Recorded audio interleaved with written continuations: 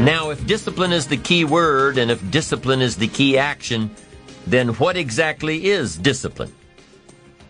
One good answer might be that discipline is a constant human awareness of the need for action and a conscious act by us to implement that action.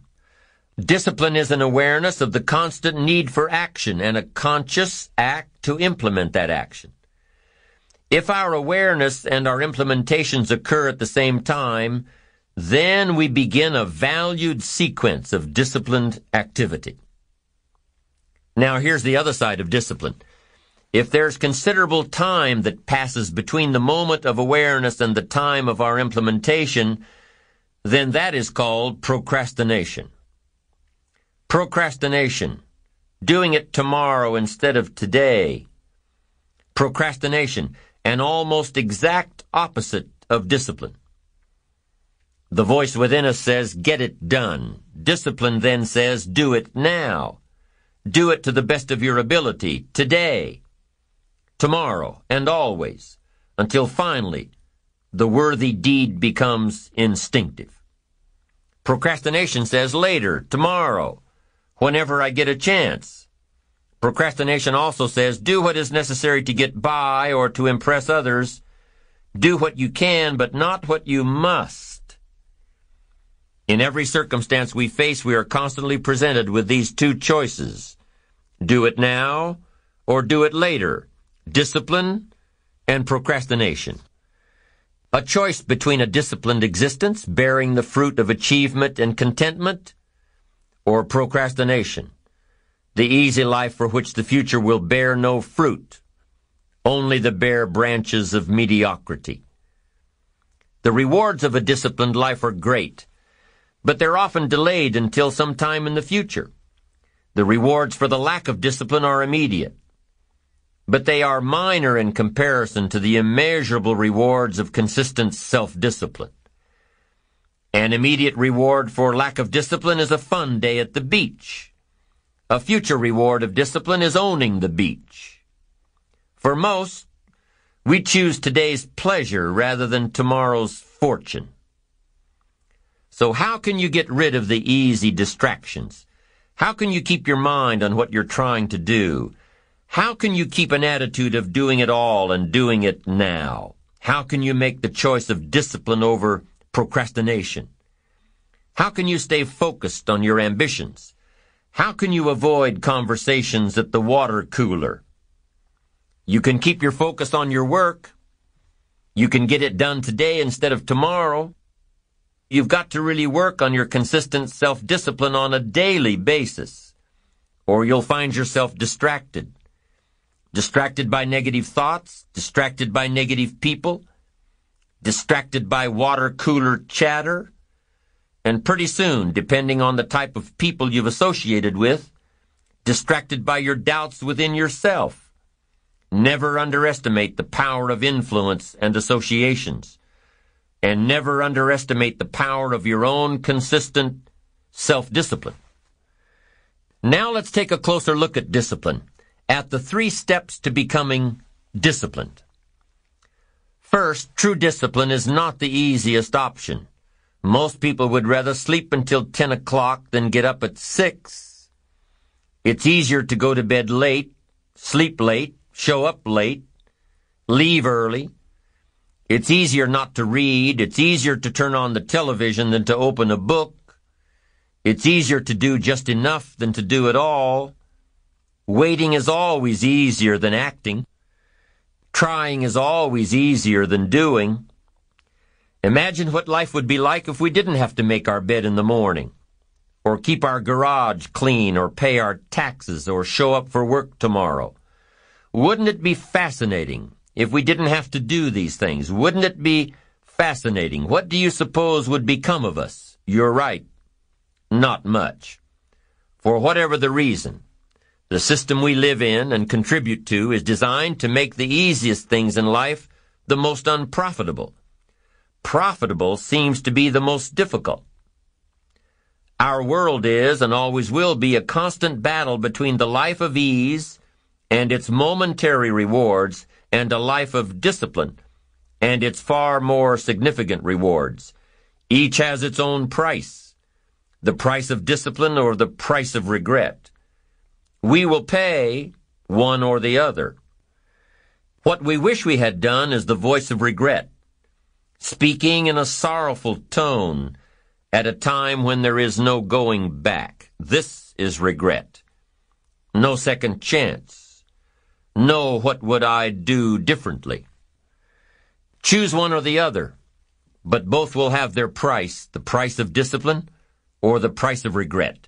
One costs pennies, the other a fortune.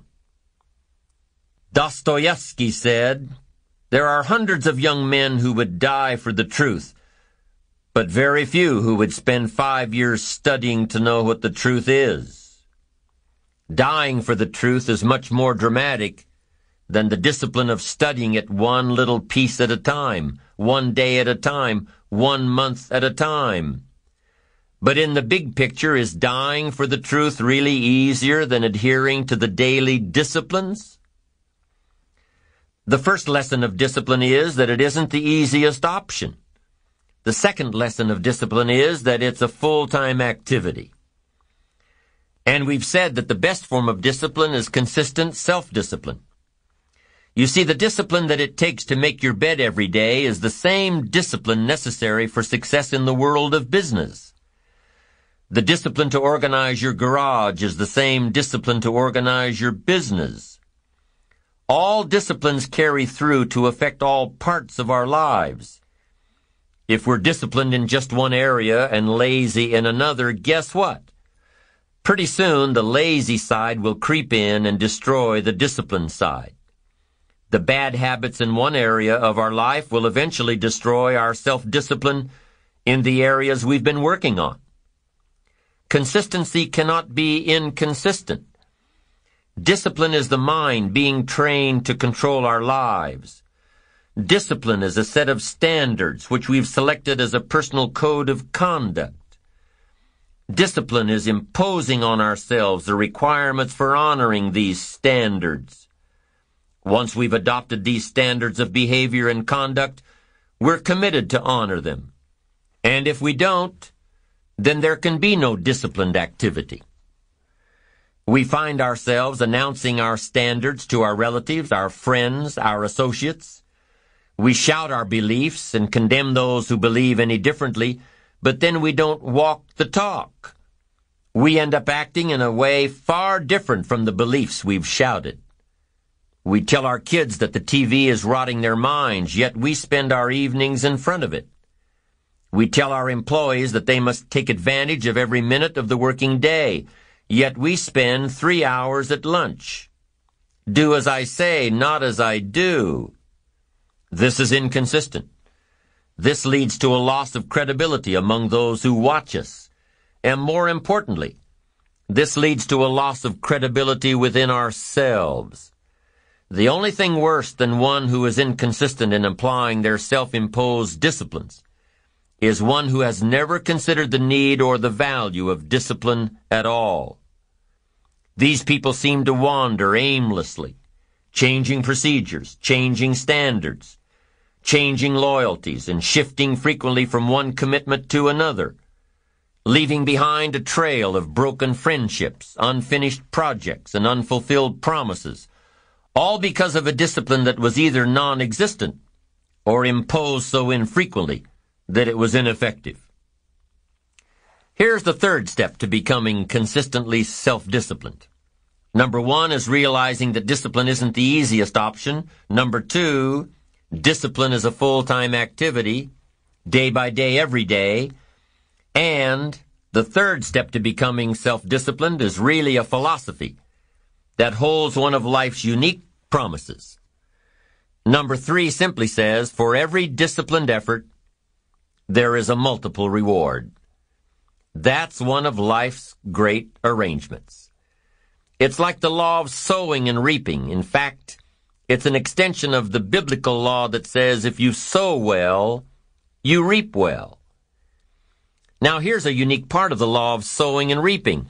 Not only does it suggest that we'll all reap what we've sown, It also suggests that we'll reap much more. Life is full of laws that both govern and explain behaviors. But this may well be the major law we need to understand. For every disciplined effort, a multiple reward. For every disciplined effort, a multiple reward. What a concept. If you render unique service, your reward will be multiplied. If you're fair and honest and patient with others, your reward will be multiplied. If you give more than you expect to receive, your reward is more than you expect. But remember, the key word here, as you might well imagine, is discipline. Everything of value requires care and attention. Everything of value requires discipline. Children require discipline. They must have a structure built for them. They must have boundaries to work within so they feel secure and comfortable to explore and grow. They must learn to recognize what's right and what's wrong, what's acceptable behavior, what's not acceptable. Children require unwavering discipline, consistent discipline, or they'll be confused as to how they're supposed to behave. Likewise, our thoughts require discipline. We must set up our inner boundaries, our codes of conduct, or our thoughts will be confused. And with confused thoughts, we'll end up being confused, hopelessly lost in the maze of life. And confused thoughts produce confused results. Look around you at this very moment in time. What might you be doing that needs attention? Perhaps you're listening to this program as you drive along in traffic, blowing your horn at someone ahead of you who isn't driving at the speed you'd like to. Perhaps you're listening alone because you've had a disagreement with someone you love or someone who loves you, and your anger won't allow you to speak to that person. Wouldn't this be an ideal time to examine your need for a new discipline? Perhaps you're on the brink of giving up or starting over or starting out. And the only missing ingredient to your incredible success story in the future is a new and self-imposed discipline that will make you stay longer and try harder and work more intensely than you ever thought you possibly could. The most valuable form of discipline is the one that you impose on yourself. Don't wait for things to deteriorate so drastically that someone else must impose discipline into your life. Wouldn't that be tragic? How could you possibly explain the fact that someone else thought more of you than you thought of yourself? That they forced you to get up early and get out into the marketplace when you would have been content to let success go to someone else who cared more about themselves? Your life, my life, the life of each one of us is going to serve as either a warning or an example. A warning of the consequences of neglect, self-pity, lack of direction and ambition, or an example of talent put to use, of discipline, self-imposed, and of objectives clearly perceived and intensely pursued.